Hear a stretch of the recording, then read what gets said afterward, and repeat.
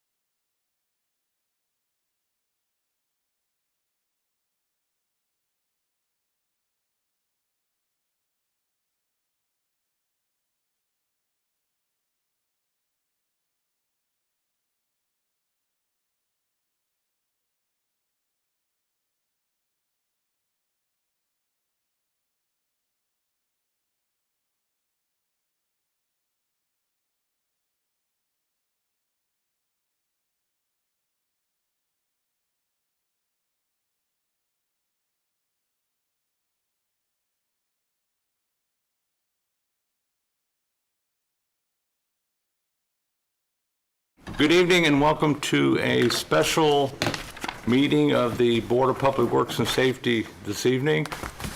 My name is Dennis Buckley. At this time, we'll do roll call. To my far right, Dave Harrison. James Kaufman, Clerk Treasurer. Craig Wiley, City Attorney. Sandy Seward. all right, thank you, Board.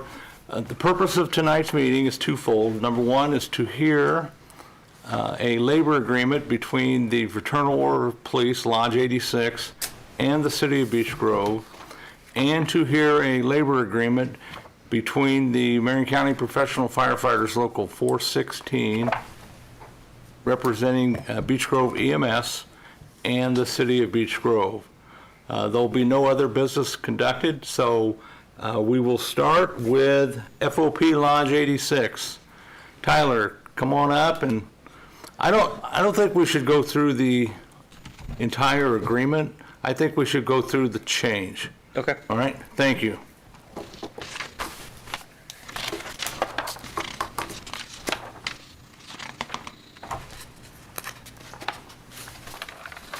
Do you all have a copy? I have an extra copy if somebody doesn't have it. I have a copy. Thank you.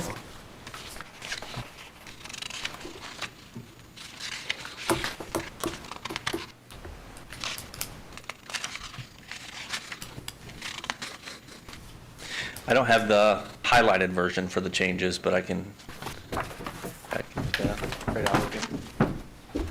For the highlighted. Thanks.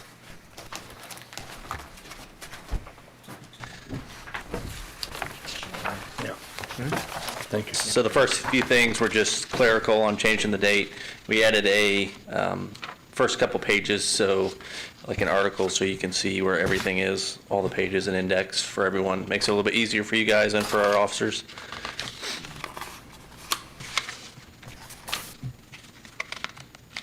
I'm looking at page 4, Tyler.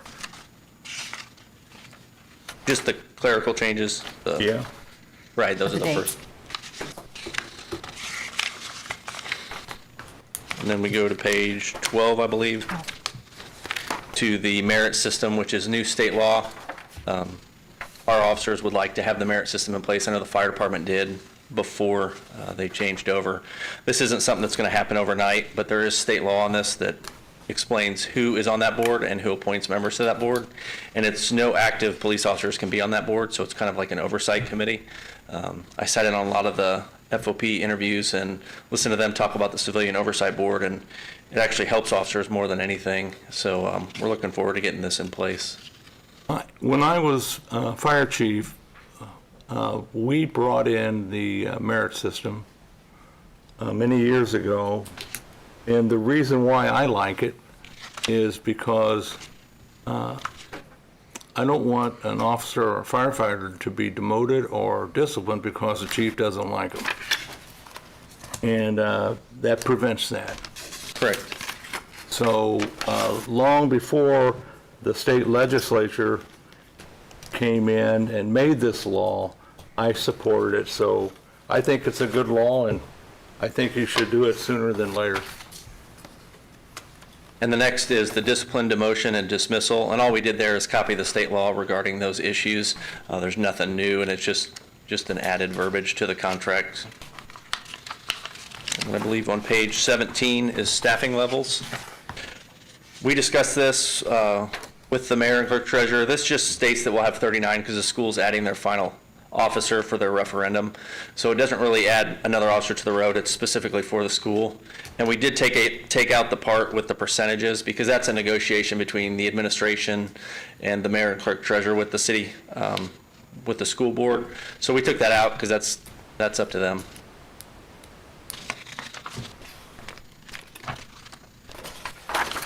Then on page 21, the uniform allowance.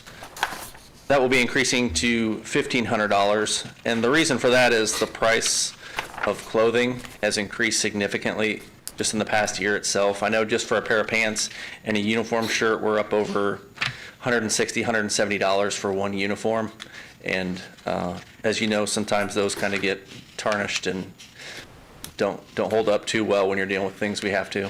If I could, if I'm asking you to chase people on foot as a police officer and you destroy your outfit, the city ought to have a mechanism to replace that for you. So I think I've always thought they've had clothing allowance when I came on in 1980. And I just think the cost is exorbitant anymore. But, you know, it's what you guys do. You folks in EMS, I mean, it's not like it used to be. So you can very easily destroy your uniform. So I know there's question on the amount and why they keep going up. But, you know, and we keep adding to it. So I don't know, I'll open it up to the board. There was some concerns about that, and I just wanted to get it out in the open. You know, we started with DPW, we started it 3 or 4 years ago. They're behind you guys, but they're in the same boat. They're issued uniforms, and their uniforms get tore up on a daily basis, and I think it's all right if the city supports its employees. So that's where I'm at with this. Thank you, Mayor.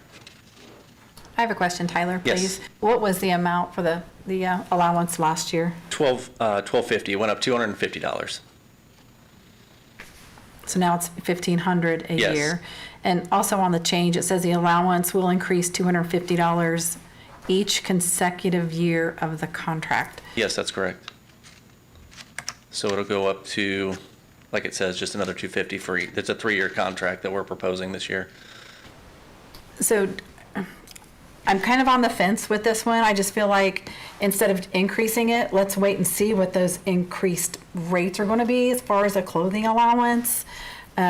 Basically increase it as needed, not just here's an additional $250 every year just to keep up. And I get that. I think the biggest concern for us is that we're spending a lot more than this amount on clothing itself. This is kind of just helps out with the process of it. I mean, we could go through an itemized list of, you know, boots, clothes, everything. And with the gear that we carry, I believe if you're in one incident and it gets torn up, you're going to be pretty close to that if your uniforms get torn up and your vest. The city bought our first vests, but they're not going to be replacing these, the outer carriers, not the bulletproof vest. But those also cost significant amount. And when you're involved in a fight or a foot chase or going over a fence, it's easy to destroy something on your vest and your clothing.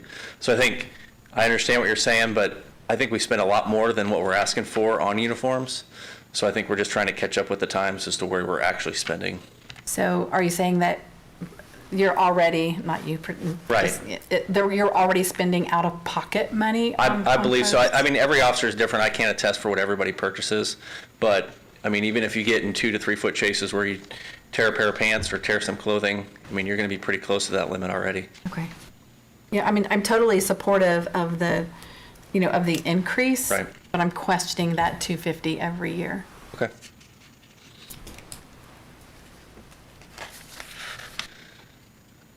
Any other questions? And the next page, 22, is the longevity.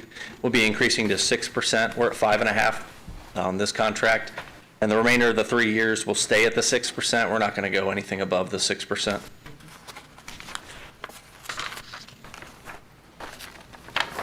Page 23 is vacation and personal days.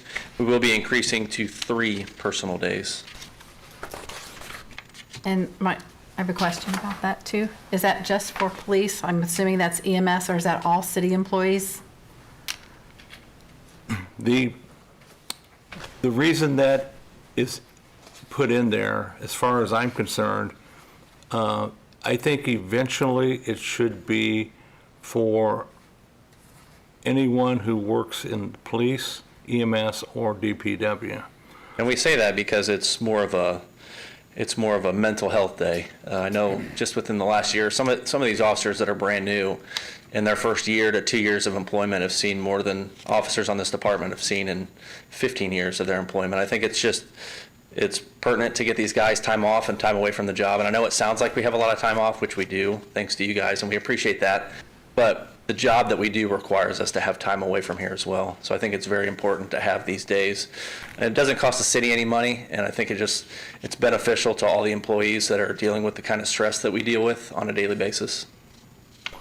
My take was that you guys see so much violence every day that you just have to get away from it. The people who work EMS, they're running 20, 25 runs a day, and they see death and overdose and whatever every single day. There comes a time when you've got to walk away from it. So, we're talking about 3 days here. From a mental health capacity, I would vote yes if it was quarterly, because it's just that you guys are under so much stress, and hey, I get it, and every once in a while you got to step back and say I can't do this, so you can get refreshed. So that's why I asked you to put it in there. If it would have said 1 day per quarter, I'm voting yes, because it is what it is. And if you don't live in that world, you don't understand. People can sit up here all day long and talk about it, but if you don't live that life, you don't understand. So that's where I'm at. Thanks, Mayor. On page 24 is the sick leave and sick leave buyback. So the buyback is new this year, so I'll explain that a little bit more in depth. Typically, when an officer retires, they get paid back at 50% of their sick time, and that increases on a yearly basis until they retire. So every year they get another percent. What this does, I think it helps the city, because that check at the end of a retirement is not going to be taken out of the entire sum. Will be a lot less if they allow employees to sell their sick time back. The city would allow us to sell 9 sick days a year after your 20th year. So that would help bring down your sick time, accrued sick time, significantly down, and that payout at the end of your retirement would be a lot less for the city. It'd help with sending checks of over $50,000 for sick time. If we've got several officers that are close to retirement, and I think if a lot of them retire within a year or two of each other, they're going to see a major impact on the budget with that. There was a question on language, and we just have to be clear. What was the question, Sandy? So when I was talking to Mayor Buckley about this, the way it reads, so I kind of did my math. The way it reads is that first-class patrolman that makes $83,055 a year, right? You know, Yes. divided by the 52 weeks times the 40 hours and the 8 hours a day. So it's basically $319.44 a day.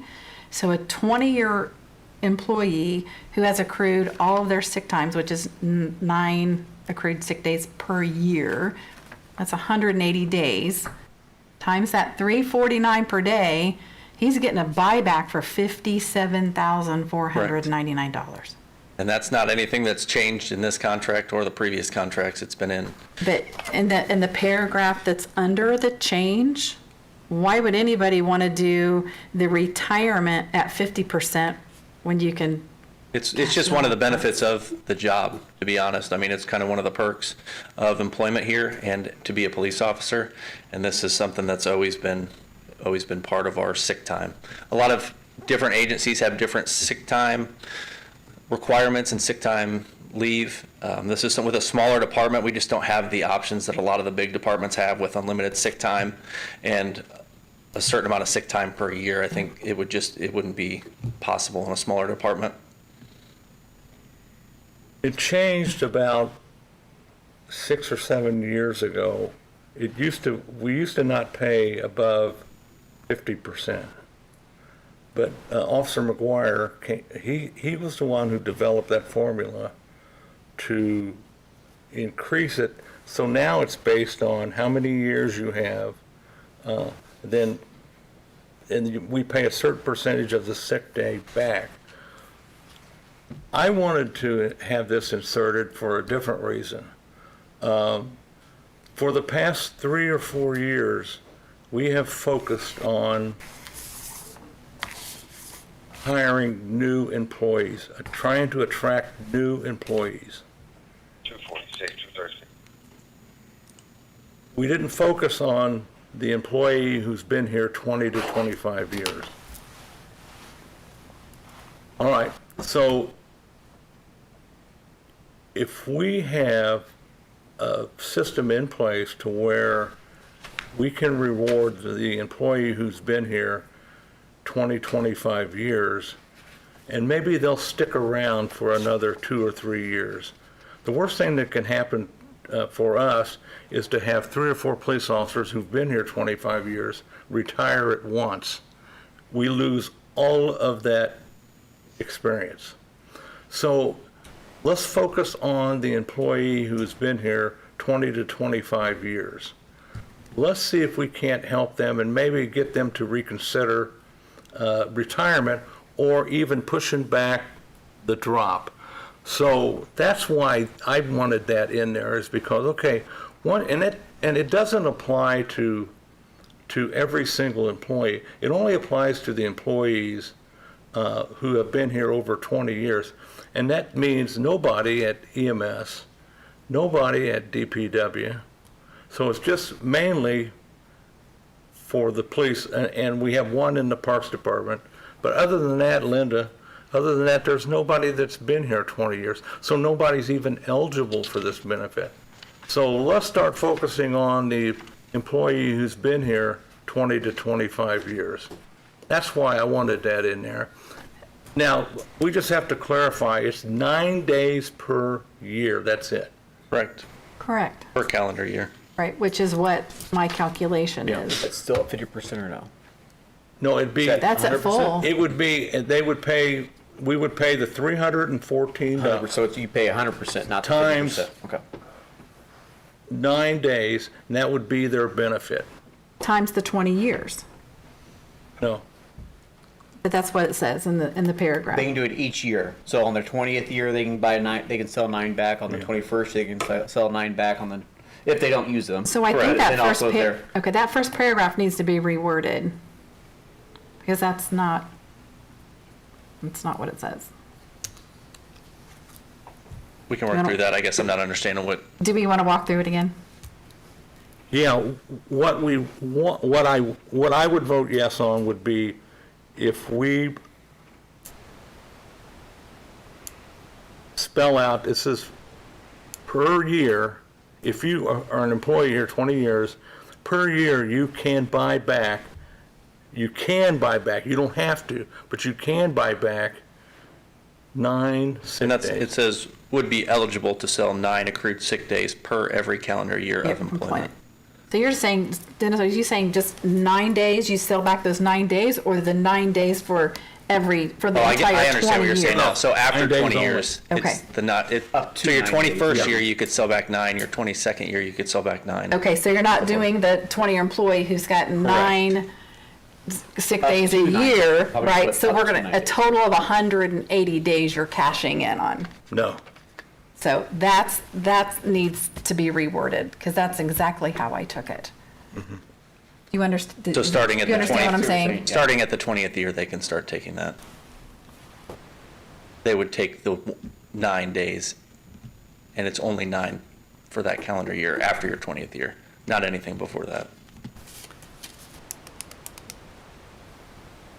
Am I right? Is that, okay.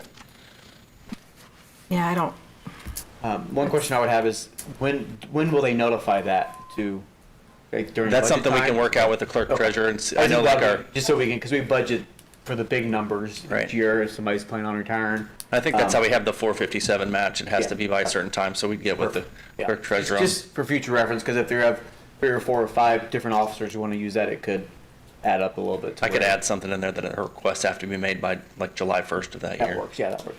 okay, so how are we gonna reword it? I'd say eligible employees must notify the police chief by whatever date, I would say. It's not so much a timing thing for me, it's Yeah. more of, I was thinking budget-wise for the clerk treasurer to budget Right, for that following right. year, because it's on top of their salary. I understand. So we could say by July 1st, you have to let the chief know. And then as far as you're concerned, we could put in there that after your 20th year, you're allowed to sell up to 9 days per year after your 20th year. but isn't that still 180 days? No, because it would only be 9 per Each year, 9 after, per 9 year. per 9 per year year. after. So if you might have 180 days if you never took a sick day on your 20th year, so that first one you'd sell 9, but then you'd get another 9 that year. So you'd continue to accrue your sick days, Right? but you'd sell off 9 each year until you retired. Correct. And then once you retired, then those remainder ones would Would be be paid out. 50%. So basically, you're not gonna get that 50, a check for 57,000. Correct. It's just benefiting the Okay. city. That way it's Okay. less of an amount you have to pay at the end of the Okay. Let me retirement. ask you this, if we didn't do it, would you still get that money when you retire? Absolutely. That doesn't change. So it just changes how the payout is through the city. Right. That's all that changes. Okay, So I'll just make the changes that we're going to have it, must notify the police chief by July 1st, and that you're eligible to sell up to 9 accrued sick days per calendar year after your 20th year of employment. And if Yes. something changes and they don't want to do it, that's fine. At least we have that placeholder just for budget-wise. I think it'd be good. Okay. okay. Thank you. Thanks for being patient. Appreciate it. Page 28, we'll start with the gas allotment. We're going up to 175, and I want to clarify that it was 175 in the contract before this. We amended it to go down to 145. Again, this is something that the FOP has worked with the chief and the mayor and clerk treasurer on the budget, because we know gas prices are all over the place. This is more just kind of a safety net for us. All of our FOP members know that gas prices are crazy right now, and we don't expect that amount to be there. And we're fully willing to work with the mayor and clerk treasurer on what's fundable. So I'm assuming we'll stay back at the 145 range while gas prices are the way they are right now. But that's something that is in talks with administration. So you're saying it was 145? It was 175 in the current contract. We amended it to be 145. So this is just setting it back at 175 until we can figure out where the budget is. And it's just kind of a good faith relationship that we have with the council. Okay, thanks, Tyler. And then wages and salaries, I can read through. So probationary patrolman first year will be 72,452. A second year will be 78,111. First class will be $83,055. A sergeant will be $90,555. A lieutenant will be $98,055. And a captain will be $105,055. And that's a $5,000 increase. that we've discussed with the mayor over the last 3 years. This will be the conclusion of the $15,000 raise that we were in works with. And after the first year of the contract, we put back in here the wording of the cost of living increase because we didn't set a increase for the next 2 years after the first year of the contract. So what this says basically is if we can't come to an agreement with the current council, that 3% cost of living is the minimum that it would be.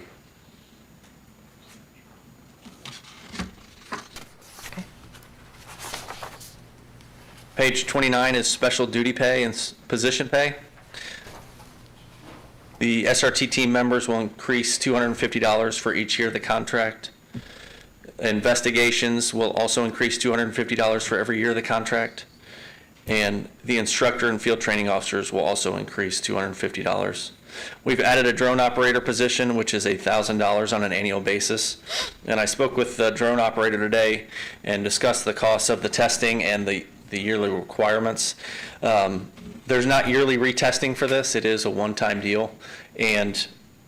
But the amount of time that they have to spend on the drone outside of their normal duties is significant to keep that skill up. And we use that drone significantly, mostly on anytime we have a SRT call out. We've helped Indianapolis with it and searching for suspects. I know they've used it in a shooting, locating a suspect. So it's just totally out of the norm of the job of a police officer to be operating a drone like that, and that's why we feel like it's such a specialty. They should be paid for it as well. That was developed by the clerk. So I don't know if you wanted to comment on that. Yeah, I was just talking to the officer about the duties of it and the equipment that he has to carry around and all that. So I think it's just for that expertise and that knowledge there. I don't think it's a bad thing to provide for that.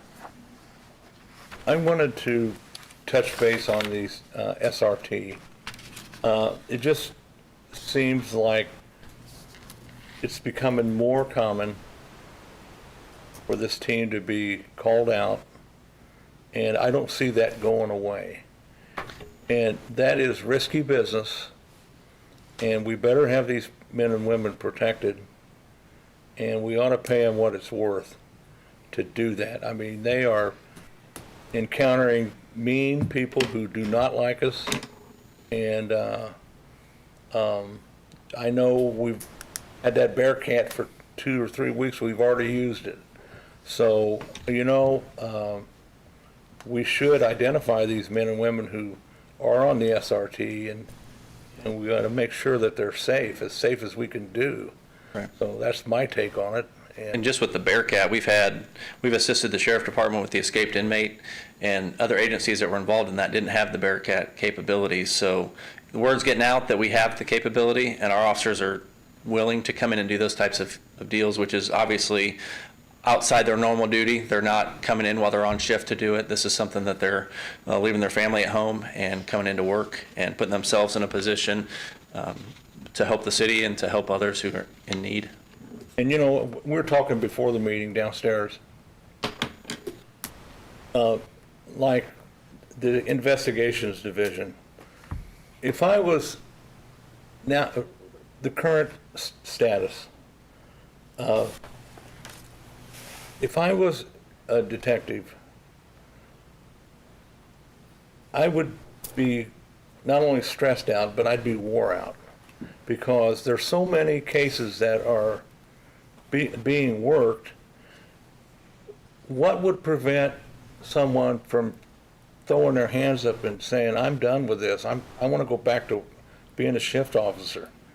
You're absolutely right, because officers, for the most part, get to leave work at the end of the day and not have to worry about what happened during that shift. Obviously, that changes with every type of run, but the detectives, we talk to them daily, and the amount of work that they're doing, the amount of serious and violent cases that they're working has increased exponentially over the last year. And I can't talk to one of them without them talking about taking it home with them at night, losing sleep over it, and I don't think that's something you can put a monetary value on.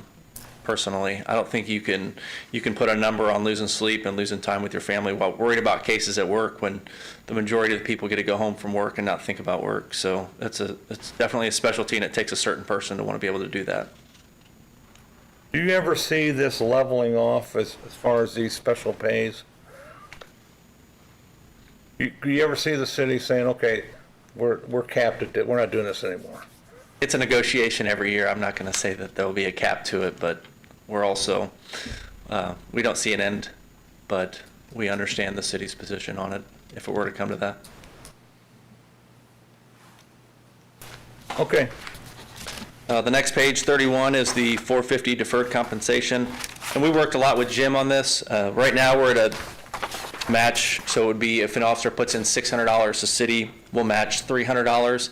We just started this, and it's gaining some traction with the police department, so we want to increase that because our retirements, although they are great and guaranteed, it's not enough to survive on once you retire. So this kind of gets everybody involved in the retirement system, and we've talked with Jim, and we feel that a match of $450 if you put in $900 as an employee would be significant for this year. What we're trying to do is find a number that is enough the city can afford and also get officers to put in for this because it benefits them significantly after retirement. We did talk about increasing it more the next few years, but we kind of want to see where the employees are and how many people put in for this. Obviously, we want to work with the city as well, and we appreciate this contribution they make. Now, this is not mandatory, right? No. The Correct. officer has the option of whether to do it or not. Correct. And then the Roth 457 is the exact same wording, just a different retirement plan. And that's the end of the contract, but I can answer any questions you have. I'll open the floor up. Dave or Sandy? I have none, thank you. I have none. All right. Thank Any you. of the officers want to speak? I doubt it.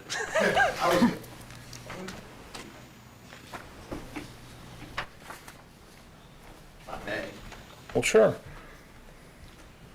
We're used to having you up there anyway.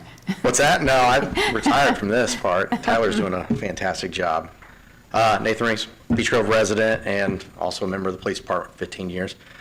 You know, I think you guys have negotiated a really good, fair contract. I think it keeps in mind, there are some things, there's always, now we're getting to the point with these contracts, and it's throughout the country, where you're going to see some things that kind of make you go, whoa. I mean, it just is.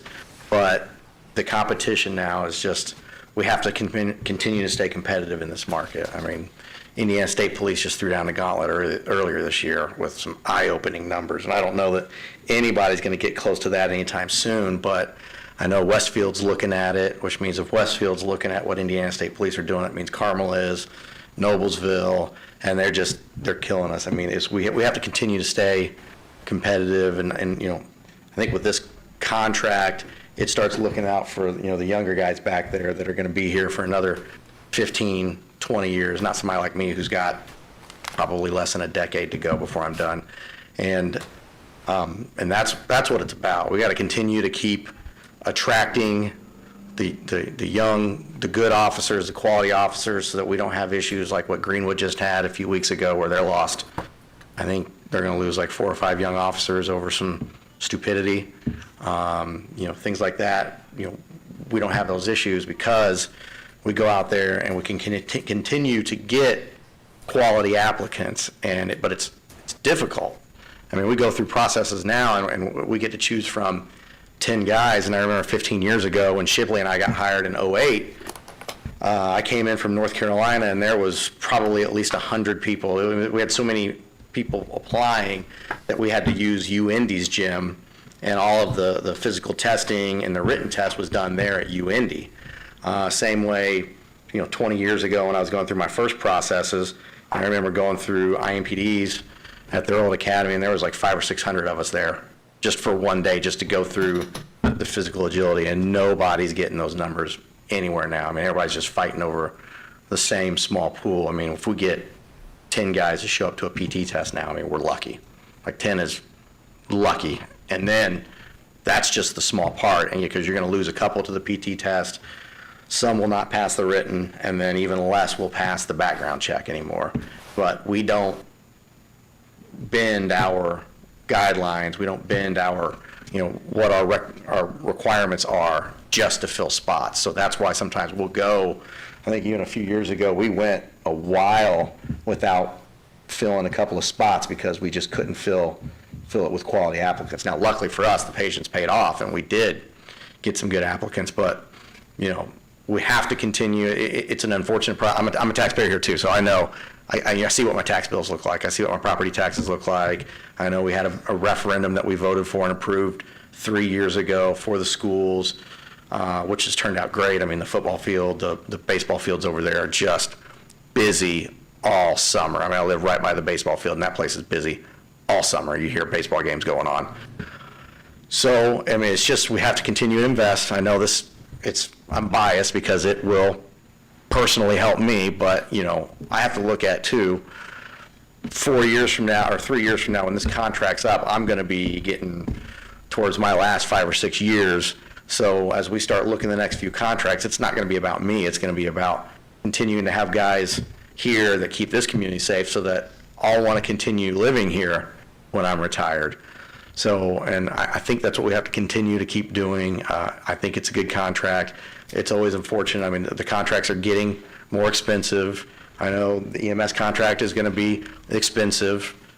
It'll continue to be so because, we'll get this set up, and then probably by this time next year, IMPD will add another X amount to theirs, and then Cumberland, who is catching up to everybody quickly. Lawrence is starting to add more pay and benefits. So is Speedway. I mean, it's just it's a dog eat dog market out there right now. So I do appreciate you guys looking at it. I understand your questions, but I mean, I've worked with you guys for years. You guys have always been very reasonable, always been very future forward, and I think that's what this contract continues to do. So, Great.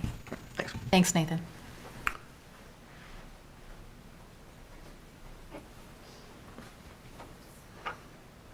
Hi, I'm Captain Scott Ferrer. I've been on the department almost 26 years. I've been almost a lifelong resident of Beech Grove. I still live here now. I just want to clarify some things from my perspective, okay? There's some discussion about the personal day. One thing people never take into consideration is we work holidays, weekends, late shifts, overtime shifts, court, called in for this, called in for that. That takes a toll on the family, and a little bit more time helps you try to recoup some of that lost family time. We don't get, everything happens on the weekends.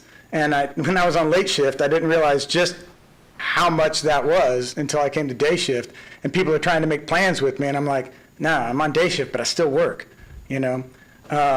So one of the things, when you look at it in the big picture, it may look like we have a lot of time off, but honestly, there were a lot of years that we didn't get a raise, so we negotiated more time off. So we fell behind on pay scale with surrounding areas, and we took time instead of money.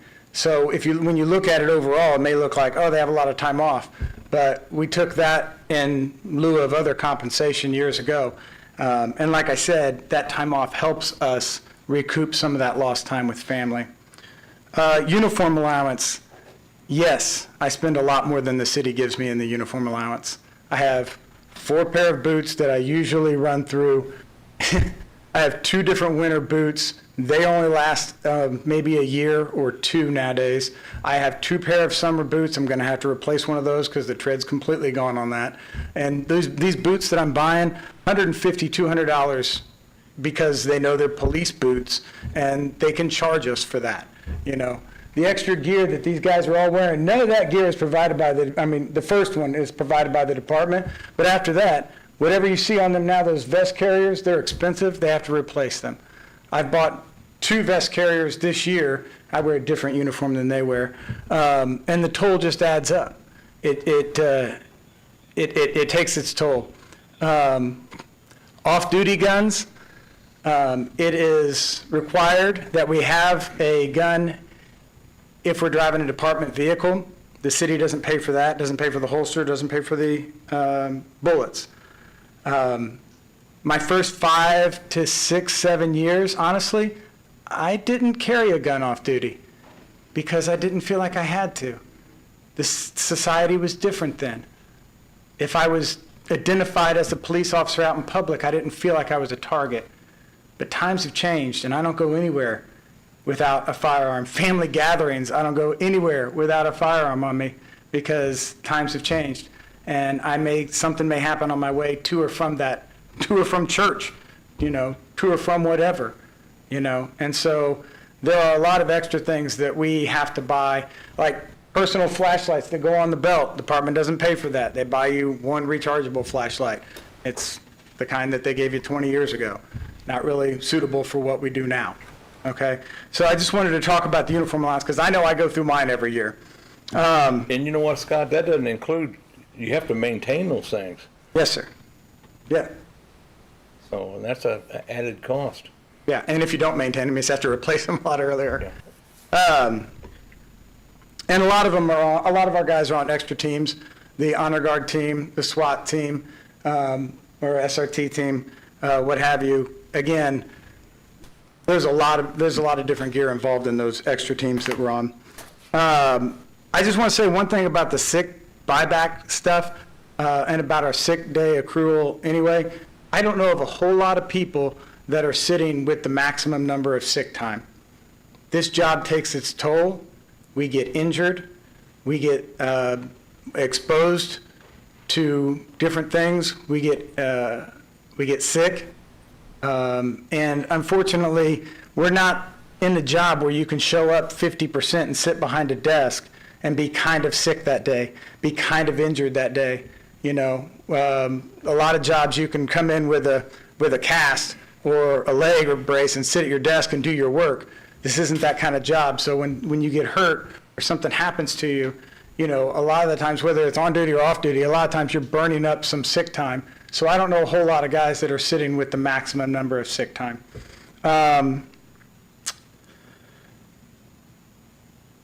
One thing about the gas allotment, now I'll skip that. I think that is a negotiated thing. It was at 175, it's now at 145. I think that's one of those things that can be negotiated. IMPD has a system where you get unlimited amount of gas if you pay them, like I think it's $100 a month or $150 a month or something like that. But every city has its own system for doing that. And I understand that's one of those things that is always going to be in flux. It may skyrocket, it may go down. I think that's good to be a negotiated item. Maybe the wording should be, the gas allotment should be set at 175, or should be set at 175, however, should be flexible and should be negotiated between the city and the police administration, but go no lower than 145. That way, at least we have a basement. And if the prices go down, maybe we can, I don't know. That's just a thought. They talked about the extra capabilities and with the Bearcat and our SRT team, and there's going to be more thrown at us every year. We're going to start seeing probably. We're going to have some type of MCAT unit, which is a mental health unit.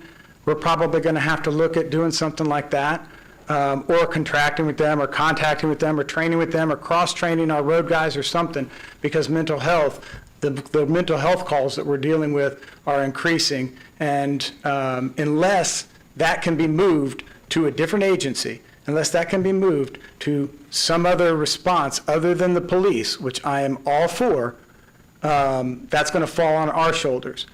But there's all kinds of things like that. Active shooter. When I started this job, we didn't have active shooter, When I started this job, we weren't dealing with the homeless problem we're dealing with, mental capacity we're dealing with now. There's a lot of things that we're dealing with now that we're asked to do now, extra training, extra capacity, extra things that we're asked to be experts in, One thing I thought about the other day is somebody called about their 7-year-old. They're having a problem with their 7-year-old. They're asking a 25, 22, 23-year-old kid to come and tell them how to parent their 7-year-old. How are they supposed to be able to handle that? There's just a lot thrown at the police. And so we have to have specialties. The people that are on the specialty teams, you asked if we ever see an end to that coming, as far as it going up and up and up. I really don't know. It depends on what's asked of them, what continues to be asked of us. And how are we going to entice these guys to continue to want to put more on the line to have a higher state of readiness than the regular road guy? What's in it for them other than increased risk, increased civil liability, and possible criminal prosecution, which again is kind of a new thing for us. Lastly, I just want to finish with saying that this contract is already part of the 2024 budget. It's already factored in, and Jeff Peters, who has had years of experience in doing this, handles this for several other cities, has already said that the budget is funded, and he believes that it would be funded. And so the money doesn't seem to be an issue for the contract, and so I don't see any reason why the contract shouldn't pass. That's my say. Any questions on my comments? All right. Scott, I don't have any questions, but when I came on the council, I think first-year patrolman, and I could be wrong, was like 54,000, and now it's 72. And coming on, and years ago, I probably told all you guys that I wanted to be a cop, when I was young, but couldn't cut it. But as I look at this as ordinary Joe citizen, here I come in and I'm thinking, well, you guys work 40 hours a week, 54,000, whatever it was in those days. A patrol car, it seemed like that was a pretty good gig. And then as the years progressed, how do you say it, society, even in the last 12 years, has changed. And I joked about it, but that show some of these guys were on that I really liked told me a lot about what the hell you guys do. And going out and going to apartments and dealing with drunks and obnoxious people, I'd knock them on their ass. I could. I took them. Then you'd be prosecuted and you'd go to jail nowadays. That's what I'm saying. Honestly, That's where we're at. The way you guys have to deal with these people, hell, I can't, as an ordinary citizen, I guess what I was getting at is there's so many people out there that just don't get it. And that show helped me a lot. Not that I didn't learn from being on the council, but, and I talked to others in this city. Friends of mine live right around Craig and other places in the city. They're like, damn, I didn't know these guys did all that. And I'm like, everybody used to say, oh, there's no crime, Beech Grove. Well, you better get out and wake up, because there's a lot of crime, and it's sad. But that's exactly what we wanted people to feel. That's part of our job. We wanted them to feel safe. We want them to feel like there's no crime while we go and deal with the things they don't even know about. Oh, and that happens a lot. We want them to feel safe. We want them to believe that there's no crime here. So, and I guess my whole point was, when I came in, I thought everybody was well paid, and I look at these numbers and I'm like, wow, that's substantial money from what it was. But, I knew, what was the man's name, Tom Kleiss, that passed away? Yes, sir. I knew him as a young guy, and I knew how, I worked at the Amical in Emerson at that time, and we serviced the police cars. I think you were just a kid then. I was. And I remember officers coming in, and man, the pain they went through because he passed away was horrible. And what a nice guy he was. If you knew Tom, to this day, I thought he was one of the nicest patrol officers I ever met. But so what is the cost? To me, I don't know. I guess the money is not a big deal to me anymore, and shouldn't be to a lot of people. But as long as we can afford it, I say we go for it. And I don't think in my years, and I used to be on the contract team years ago, and I've been through this process with several of you, and I don't think we've ever asked for anything that the city said they couldn't afford. If the city said, we can't do that, then we rework it. We go, okay, well, what can you do? What can we get more days off? Can we get this? Can we do better here or there? But we've never been unreasonable. If the city said they can afford it, then we take that. If they say they can't, then we go, okay, what can we do? Yeah. And that's what we've done. Any other questions? Yeah, I too also appreciate your comment on mental health. There seems to be a lot of, I mean, that's just a huge issue right now everywhere. Yes. And who's the first people you call when you see something that's not right? The police department. And like, are you guys really trained to handle that? But you are the people we call. You're the first Right. one there. So I appreciate you. Yeah, commenting on that. unfortunately, in some of these cases, nobody can be trained to handle some of the stuff Right. that we have to deal with. You just can't be prepared for that. We do the best we can. That's right. But I do see there comes a point when we're going to have to, I think society is going to have to change something about the way that's being handled, Couldn't agree with you for more. sure. All right, thank you. Thanks, Scott. I want to defer to our legal counsel. Craig, any thoughts on this agreement? No, I think it's a good contract. All right, any other comments from board members? If not, I'll ask for a motion to approve the agreement between the FOP Lodge 86, representing the Beech Grove Police Department, and the City of Beech Grove. I'll make said motion. I second. All those in favor signify by saying aye. Aye. I also vote aye, and the motion carries. Gee. And we'll take about a 5-minute recess, then we'll pick up with EMS.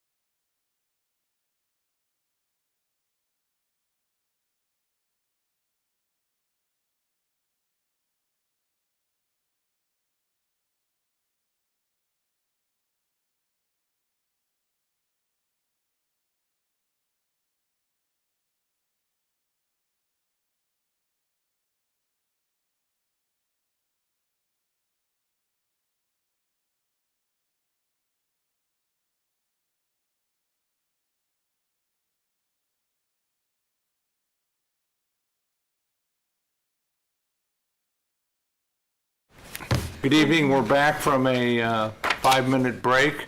Now we will proceed with the introduction of the agreement between the Marion County Professional Firefighters Local 416, representing Beech Grove EMS, and the City of Beech Grove. Welcome back, Paul. Always good to see you. Thank you, Mayor. Good to be back in the council chambers again. So I'm here to discuss the contract summary between Beech Grove EMS and City of Beech Grove. So you see, I've got a cost estimate summary that I hope you guys all have. If not, my expectation here is to go through each section and summarize, because there's a lot of boilerplate jargon, and then the big things, the big changes, we can go into very specifically, as deep as you guys would like. A lot of this contract you'll see familiar because we pulled just the general frame from the old fire department contract. So starting out, period of agreement, 3-year agreement, which is pretty standard for us here, to take effect immediately. The next section is the conditional recognition. And that is just what we met on before, is that the city agrees to recognize Local 416 as the sole bargaining unit for Beech Grove EMS, the full-time members. I understand that there are part-time members there. We don't negotiate for their benefits. We take care of the full-time members specifically. Moving forward, there's the next section will be, there's committees. So we've got a couple paragraphs in here, you'll see in that page, that outline a few committees that we'll be putting together in conjunction with the department head or the mayor's designee, the first of which being labor management. And that is a thing across the entire district. Labor management, it creates good relations between management and labor, exactly as it sounds. But essentially, we can work together, build a strong relationship between us so that we can carry forward that down to the actual membership. So if you've got tough news, insurance rates are going up, or good news, bad news, all of it, we're a great buffer zone there where we can explain the thought behind it.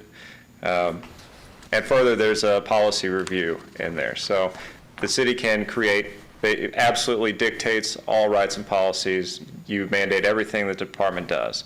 All we ask is we sit down and we can talk about it, and you can listen to, you know, what we have to say and get the insight from the actual membership, the people that have to live their life by the rules. Then further down, Health and Safety Committee, that's again, it's common across all the districts in our local. It is specifically geared towards just the safety and health. So it's specifications for gear, it's for trucks, it's for the actual safety precautions we take every single day out there on the street. And again, it meets at the behest of the chairperson, which is chosen by the mayor or his designee, the department head. Membership, governance, that's just, again, more standard boilerplate jargon as we go forward. It's just saying that the city can't impede us from petitioning a full-time member to be a part of the union, and I don't think you would, but that was pulled directly from the old contract, as a lot of these early on paragraphs you'll see exactly repeated. Then down here, Local 416 rights and obligations, that's city rights, city obligations. We can go through those if you guys would like. Again, that's a repeat contract, it's pulled straight from the last contract that you had with the fire department. So if there's any questions there, I'm happy to just stop me and I'll just keep rolling through this. The next section is going to be miscellaneous matters. It talks about time off for related education. Again, we're not paying people to go do it, but we think a well-educated workforce is very important to providing the level of care that we can at Beech Grove EMS. So part of that is, you know, expecting and hoping, not hoping, but expecting that our members will be interested in further education. So if they have the ability to do so, they can petition the chief, and if they're staffing, they can go get that education at no cost to their personal bank. Again, another pretty standard benefit, and it was left over here still from the fire department. Then further down, you'll see the non-discrimination agreements and the miscellaneous provisions. They're all equal opportunity employer, standard boilerplate contract language. It's reflecting federal non-discrimination laws. Next down, we'll see management, staffing, and hiring. So this is a new piece. We'd like to work with the city together to help create an equal and fair hiring process, something formalized. As it stands right now, it's there's no real standard in place, so part of this contract says that we'll work together. We'll agree on whether it's an outside company that, we've employed before through the city, or whether we create our own process internally and do it by all of our own standards. Either way, we'll sit down, we'll work it out together, and we'll agree on a fair and equitable hiring process. As you go a little further, you'll see a recommended staffing level. And I want to be clear here, this is not a you have to get up to this staffing level before this contract is up. This is, we work together, we know with the department head what it would take to run this city full-time with the proper staffing.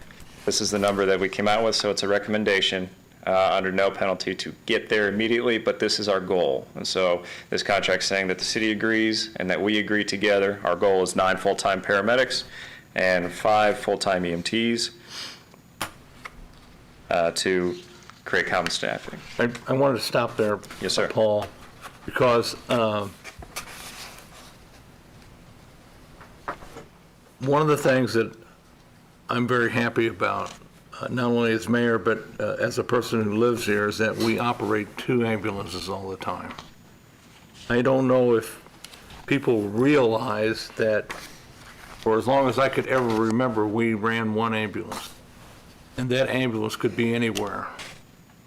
So now we have 2, and there were times when, depending on the scheduling, where we ran 3, and I was just very happy about that.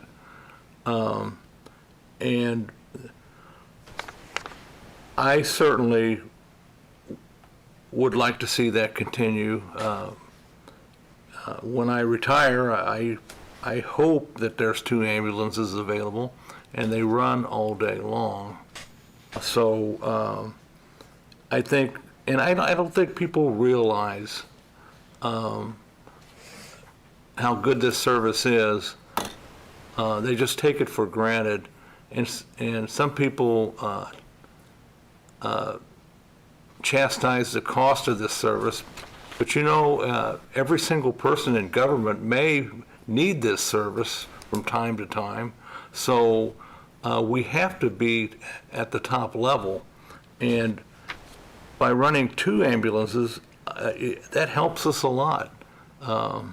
So I'll get into the equipment later, but B is very important to me personally because of my health. But this needs to be in there. So. Absolutely. And I'd like to speak on that briefly. And speaking of, there they go. But I'd like to speak on that. We are currently in a national crisis for paramedics. So the fact that we are able here in Beech Grove to staff 2 ambulances and sometimes 3 with the help of St. Francis as often as we can, the bang for your buck that you're providing for the constituents of this city, just with that. Because you can go 5 miles north or 2 miles north and you can wait 20 minutes on an ambulance. And you have that here, you have them right in your backyard, and they're well educated, they're well taken care of, they're well trained. You know who's coming to your doorstep here. And that's something that, as we said the last time, you guys are a great example of how EMS can run in a city system like this. And we want to keep pushing that as further as possible. So what we're doing is great, and we want to secure that here with this contract language and make sure we keep that high standard moving forward. Speaking of moving forward, we'll go to Article C here. Local 416 agree the department head must have a licensure commensurate with the people that he serves. And I like to think of serve rather than leading, because a good leader serves, right? But so the idea is you wouldn't want someone who has no idea what your job is making policy decisions about the job. It's important to them, and it's important to the membership, and it's important to us in general as a local that you understand the people that you're leading. So part of that is, that's why you have that extra add in there, is if there's a department head, we ask that they be a paramedic. You'll see later on there's a passage here that discusses a meet and confer if the mayor is to replace the department head. Obviously, we would never presume to dictate who you place in here any further than we just ask that they have the same level of education as we do, simply put. Moving forward to the work schedule. It gets, as you read through, sorry, I lost my place. There it is. It's outlined for 96 hours on duty biweekly, and it goes into a little more specific about administrative staff for 40 hours per week. And again, this was pulled directly from the BGMS policy manual. As anything that wasn't from the old contract, I pulled a lot from the city handbook and from the BGMS policy manual. So I think you guys will see a lot of things familiar here. Further down to the overtime policy, that has stayed the same from the last contract. It is at the designee of the department head. So we are not here to presume and tell you when you need overtime. So now the big article is the employee benefits. So we'll start off with the clothing allotment. This is the clothing that is granted to every new employee. This is a one-stop. This is what you get from here on out as you work, as you are out in the public. It is up to you to maintain these items and replace them as needed. And we have, several supply chains around that we are able to purchase from in purchasing agreements. And I think the chief maybe could speak more to that if you guys had more questions about how that works and why. But this basic allotment here is, again, pulled straight from the handbook, from the BGMS policy manual. And it is just enough to get through and last for a year or two. So we could jump forward to the clothing disbursement. So a lot like the police, we are initially at $1,250. Right now, that is the clothing allotment per year. We're asking in this contract by year one, that's next year, to raise it by $250. You'll see further on in year 2 or 3, no increases requested there.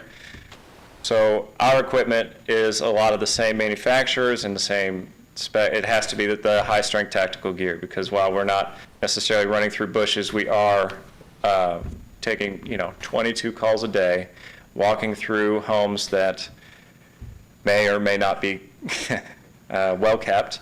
And regardless of that, our people, they dive right in, they go straight in and do their job. So your boots get torn up, your pants get covered in every bodily substance that exists. And a lot of times we're really good about cleaning it and finding a way to salvage it. We have, we know how to get blood out of sheets, whatever it takes, or pants or boots or whatever it is. But eventually that stuff wears out. It's got to be replaced, especially when we want to maintain a good uniformity across the department and look professional. People don't want to see us walking up looking, disheveled. They're supposed to trust us. So part of that is having clean and well-kept uniforms. So again, we're asking for a $250 raise for the first year of the contract, and to continue on that way. Not a yearly raise, just $1,500 moving forward.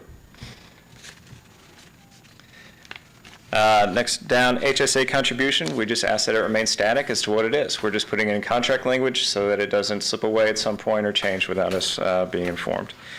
And then a longevity increase. This is the next increase that we're asking for. Current longevity is $250 per year. We asked to raise it to $250. And I'll circle back to my point earlier about being in a national crisis about paramedics. Right now, the staffing levels, and we know very well across Marion County, the staffing levels for ALS transports and paramedics in general is gone. COVID has destroyed the workforce because they made this job too difficult.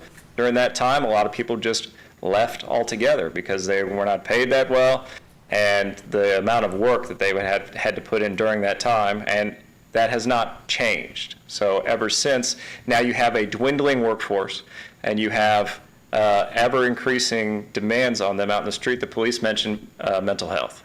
That's a piece of the puzzle here, but you have more runs every single day. Things have not slowed down since COVID's come back, and you have a smaller amount of people doing the same amount or more work. So I wanted to touch base on longevity for the board. That equals the 6%. And then every full-time employee for the city would receive that. So it's not just police and EMS, it's DPW, all the clerical workers. So that's the same as 6%. And you talked about maintaining and retaining employees across the city.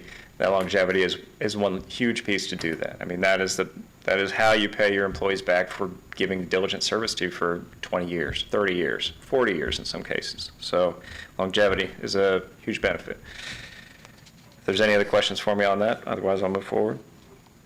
If you look at our EMS pay as our next item, So we're asking for another $250 increase for the EMS pay. That's for the paramedic licensure and for the EMT licensure.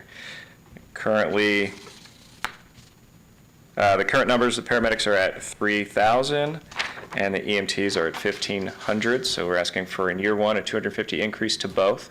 You'll see the numbers just estimated in my cost summary. But again, these are people that have to maintain a level of education. Again, so they cannot always do it on duty, especially these days when they're cracking out 20 calls a shift, 20 transports a shift, a transport an hour. You're barely back at station long enough to wash your hands, let alone sleep, let alone eat anything. So a lot of us are doing education on our off-duty time, and there's, especially for the paramedics, the reason that number is so high is there's multiple courses that they have to maintain as part of the standard that, again, EMS City Forward. Part of the standard that we offer here, the ACLS classes, the PALS classes, these are specialized care courses that all these medics have to maintain in order to keep their skills sharp. So we don't necessarily have the ability to offer those here. We're hoping to work up to that through, training our own trainers, as it were. But as of right now, a lot of it we go outside and we go through the St. Francis network or otherwise. So you'll see a flat in year 2, and then in year 3, another $250 raise. And I want to speak a little bit about these amounts across the district for other departments. This is below the middle currently. So it is the only department that pays less for their paramedics is IFD, which I believe is $2,200 or so. So right now, the paramedic bonus across the board for the entirety of the local, we think it's a fair number to get us to where we think it should be. With no questions, we'll move forward to the holiday schedule. June 19th and Christmas Eve were added. They were currently being paid. I believe they were reflected in the BGMS policy or handbook, but not the city handbook. So I was informed by Chief that they were already being compensated for these holidays, the same rate that every other holiday is compensated for. So we added them into the contract language. That's why you'll see a minor addition there. And I think, Paul, to be consistent with the police, these men and women have to work these holidays.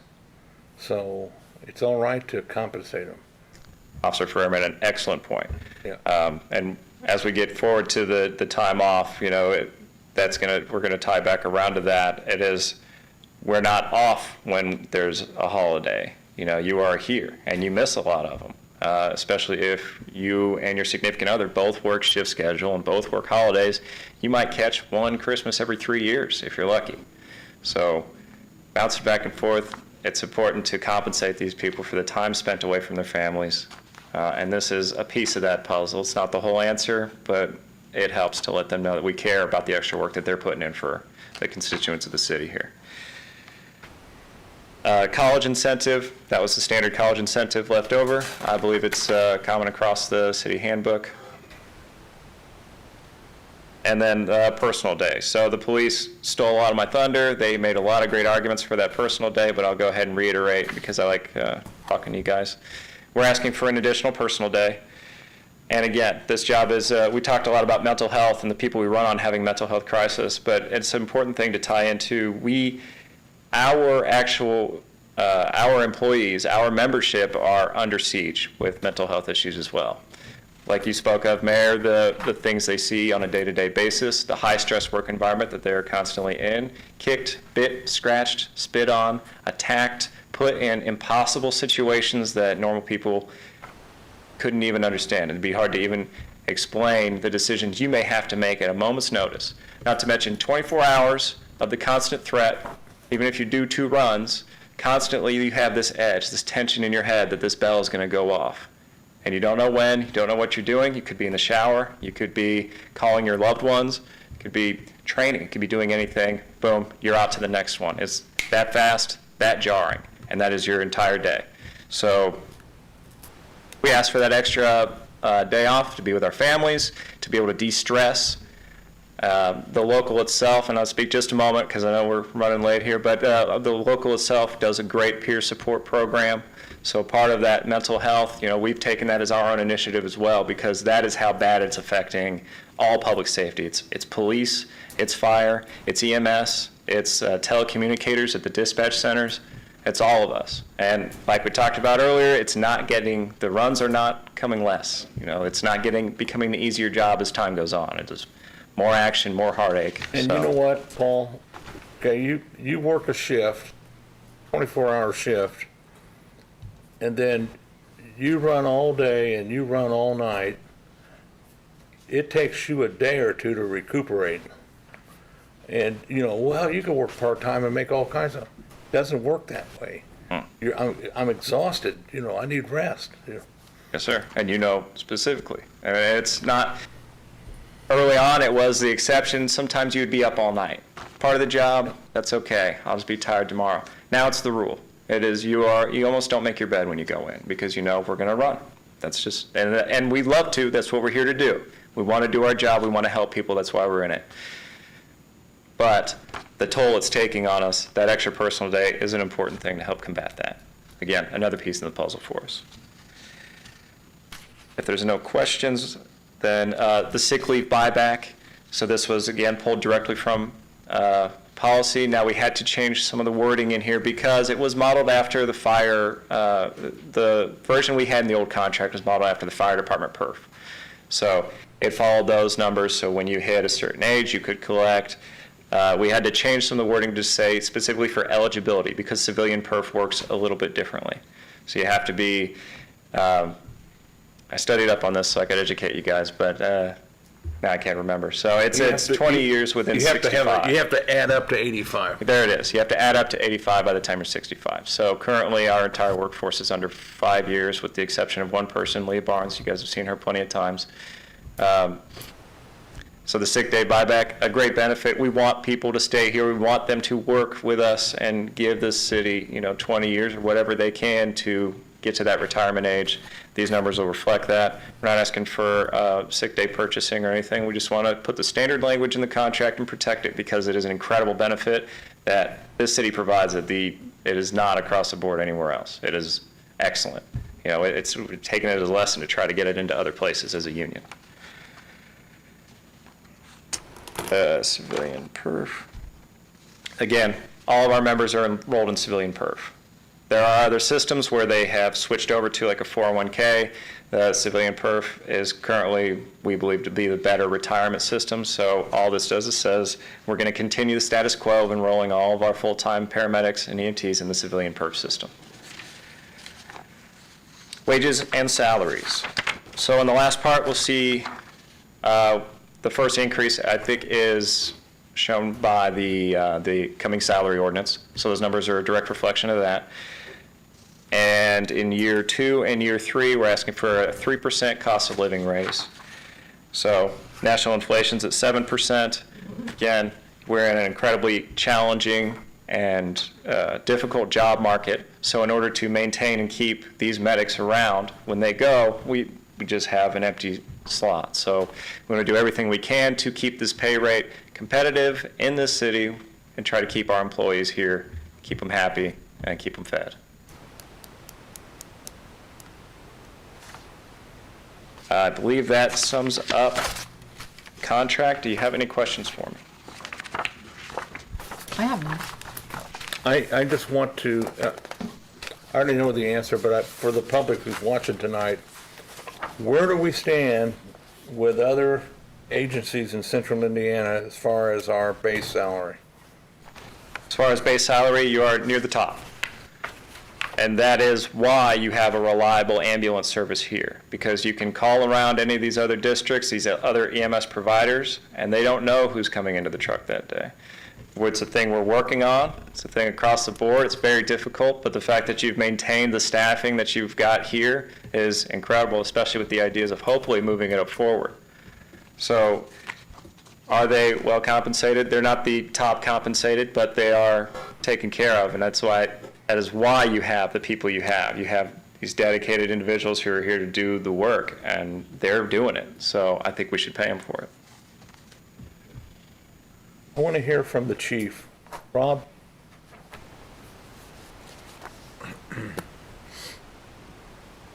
Your thoughts on this initial agreement.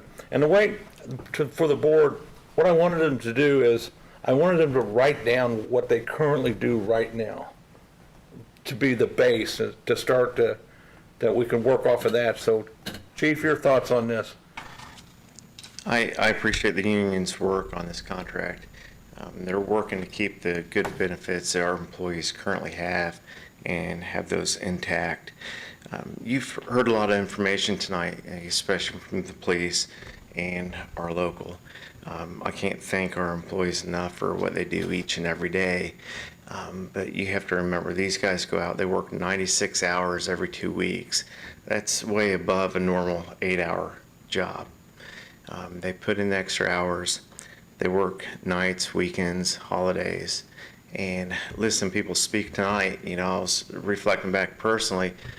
Think about how many Christmases I missed with my kids when they're little, their birthdays, holidays. And it does take a mental toll on you when you sit back and think about the things you miss in life and the dedication that our employees have to this job and to the city and what they see and do each and every day. If you're not a part of that world, it's hard to sit up here and explain it. When Dave said that, you know, it gave him a great appreciation to see the police on TV and exactly what they do on these runs, you would be absolutely stunned and amazed if you would sit back and see what our paramedics do each and every day. It just totally amazes me. It makes me want to be a better leader for these our EMS paramedics and EMTs because they deserve that. They deserve someone to sit up here and talk about the issues they have, to fight for budgetary issues and money, the best equipment, the best protective gear, because they're worth it. We are very fortunate here in Beech Grove to have the skill set of employees that we have, and I'm very fortunate to be the EMS director for them, and definitely want to be advocate for them and sit up here and tell you that this is a great contract, but they deserve more than what they asked for. When you take a look and see these guys come in after 5 or 7 runs before noon, changing clothes, washing their clothes because they had every type of body fluid imaginable on them, seeing the stress that they have gone through from a pediatric cardiac arrest, from, you know, what they see and do is just is pretty outstanding work. So greatly appreciate each and every one of them, and they definitely deserve everything in this agreement. And I definitely appreciate this Board of Works and what you guys have allowed us to do as an EMS department and help support us every inch of the way. It's greatly appreciated. Any questions for the chief? I have none. I have none. I'll defer to our legal counsel for any comment on the agreement. No, again, it's another really good agreement. I mean, this is, you know, a little bit different, as Paul said. You know, she's kind of modified the existing fire agreement we have, but again, it looks like a really good agreement. I can't speak about what other agencies have, but you know, I echo the comments that Rob and some of the others have said about, you know, these guys definitely deserve it. Thank you, Greg. I agree too. All right, any other questions or comments from board members? I have none. If not, I'll ask for a motion to approve the agreement between the City of Beech Grove and Beech Grove EMS, a district of the Indianapolis Professional Firefighters Union, Local 416. I'll make said motion. I second.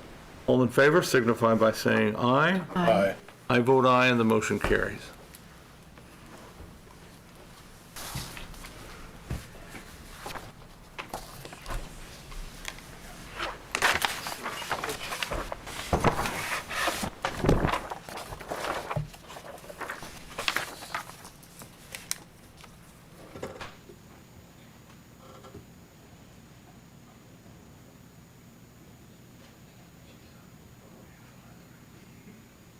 Here you go, Sandy.